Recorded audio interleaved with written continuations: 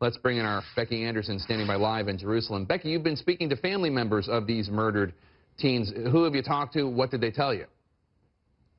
Yeah, I spoke to the young Palestinian's mother earlier on today. I visited her in a neighborhood of Jerusalem, not very far from here, called Shafat, which is only about a mile away from a very ultra-Orthodox Jewish area here. That is the nature of Jerusalem, of course. And I wanted to find out, some week and a half after her son's brutal attack, how she was, how she felt about the ratcheting up of this conflict, and whether she felt that Arabs and Jews could live together going forward. She, I have to say, was very emotional and in no real mood for conciliation. Have a listen. Muhammad is a child, 16 years old.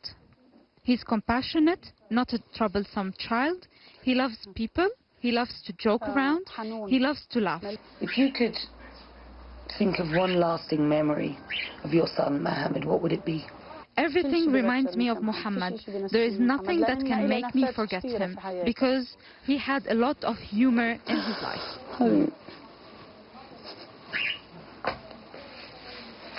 Thank you. I'm going to stop now.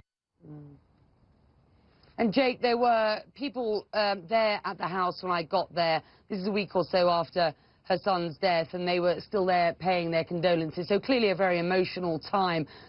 I also spoke to the uncle of Niftal Frankel, who was one of the three teenagers who was abducted and murdered. And I have to say, perhaps he was in more of a conciliatory mood. He had rung Mohammed's father, and that has been widely reported after the Palestinian boy's death. When I asked him whether he thought that Arabs and Jews could live together going forward, given the atmosphere here in Jerusalem and Israel, in the Holy Land, and what's going on in Gaza, the incoming rockets from there to here. We heard sirens tonight as rockets were shot out, as the Israeli rockets are going into, or airstrikes are going into Israel. And he said he thought the future was bright, but he said the leadership really has to get together and start talking. I got the sense that perhaps he felt that not enough was being done at the leadership level to really get things going. But it's tense here in Jerusalem tonight. It's tense all over this area and in the wider region, of course.